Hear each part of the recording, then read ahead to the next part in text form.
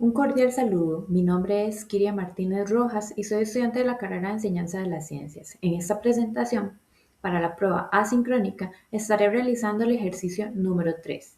Abordaré de manera rigurosa la influencia de las fuerzas intermoleculares en las propiedades físicas de la materia y además el cálculo analítico de concentraciones en disoluciones líquidas. Comencemos. Para la primera parte de nuestro análisis evaluaremos 4 sustancias y determinaremos la naturaleza de las fuerzas intermoleculares dominantes.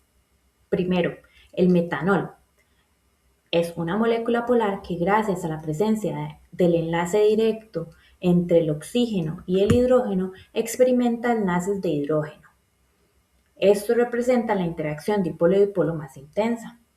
Segundo, el benceno. Es un hidrocarburo aromático completamente simétrico y apolar.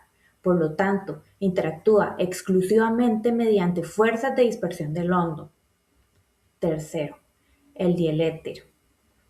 Presenta una geometría angular en su átomo de oxígeno central, lo que confiere en un momento dipolar neto.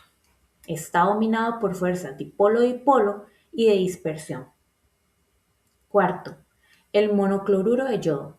Es una molécula diatómica polar con interacciones dipolo-dipolo, pero cuyos átomos poseen un volumen y una masa molecular sumamente elevados, lo que genera fuerzas de dispersión de London extraordinariamente fuertes. Para entender cómo se comportan estas sustancias en la práctica, tenemos que recordar que las fuerzas intermoleculares dictan por completo sus propiedades físicas. Por ejemplo, el punto de ebullición depende totalmente de qué tan fuertes sean estas uniones. Entre más firmes estén agarradas las moléculas, más energía térmica o calor vamos a necesitar para separarlas y así lograr que el líquido hierva. Por el contrario, con la presión de vapor pasa justo al revés. A mayores fuerzas intermoleculares, menor es la tendencia de las moléculas a escapar hacia la fase gaseosa, porque estas se retienen mucho más entre sí. Teniendo esto claro, si ordenamos nuestras 4 sustancias de mayor a menor punto de ebullición, el orden definitivo sería primero el monocloruro de yodo, luego el benceno, después el metanol y por último el dieléter. Aquí viene el detalle más interesante de nuestro análisis. La sustancia con mayor punto de ebullición y en consecuencia la mayor presión de vapor es el monocloruro de yodo.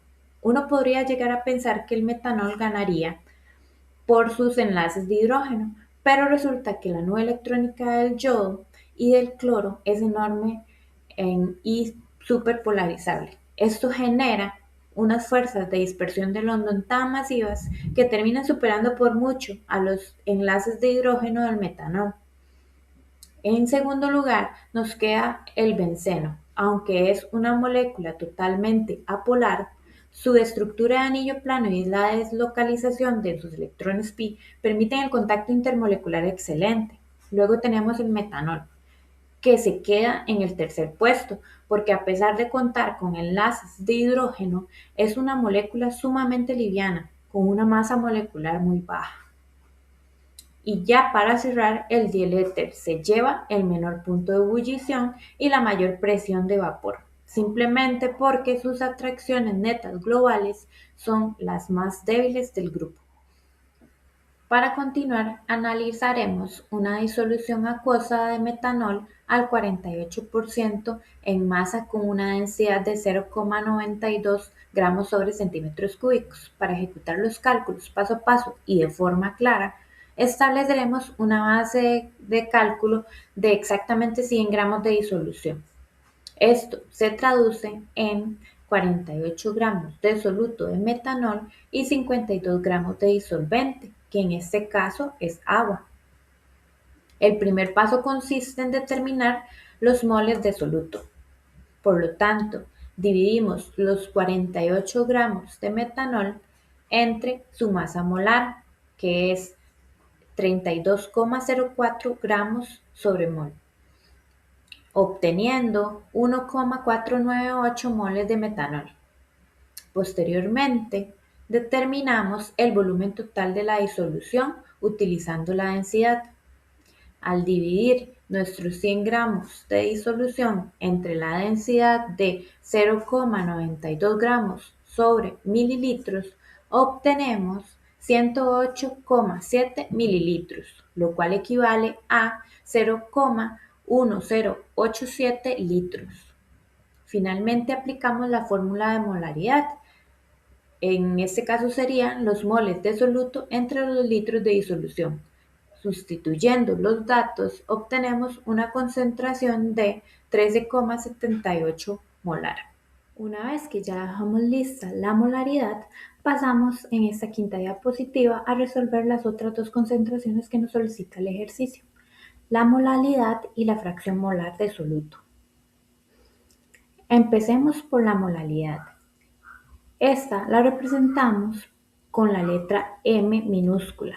A diferencia de la propiedad anterior, la molaridad no trabaja con el volumen total, sino con la masa del disolvente puro en kilogramos. Como desde el inicio sabíamos que teníamos 52 gramos de agua, lo primero que debemos hacer es pasarlo a kilogramos, dividiendo entre 1000, lo que nos da 0,052 kilos. Ahora, simplemente tomamos los 1,498 moles de metanol que ya habíamos averiguado, los dividimos entre esos 0,052 kilogramos de agua y el resultado nos da 28,81 molar. Ya para cerrar, con toda la parte cuantitativa, nos falta calcular la fracción molar del soluto, es decir, del metanol. Para esto ocupamos entender qué proporción de moles corresponden al metanol con respecto a los moles totales. Esto serían los moles totales que hay en toda la mezcla. Como ya conocemos los moles de metanol, el siguiente paso lógico es averiguar los moles de agua. Tomamos los 52 gramos de agua y los dividimos entre su masa molar de 18,02 gramos por mol. Eso nos da un total de 2,886 moles de agua. Al sumar ambos componentes, vemos que en todo el sistema tenemos un total de 4,384 moles. El último paso es aplicar la fórmula. Dividimos los 1,498 moles de nuestro metanol entre los 4,384 moles totales de la disolución. Esto nos da un valor final de 0,342. Un detalle importante que vale la pena destacar es que este resultado es completamente dimensional, o sea, no lleva ninguna unidad de medida, porque es una relación geométrica pura de proporciones. Con esto finalizamos la resolución rigurosa de nuestro ejercicio asignado. En esta diapositiva de cierre comparto las referencias bibliográficas utilizadas en la investigación. Muchas gracias por su atención y que tengan un excelente día.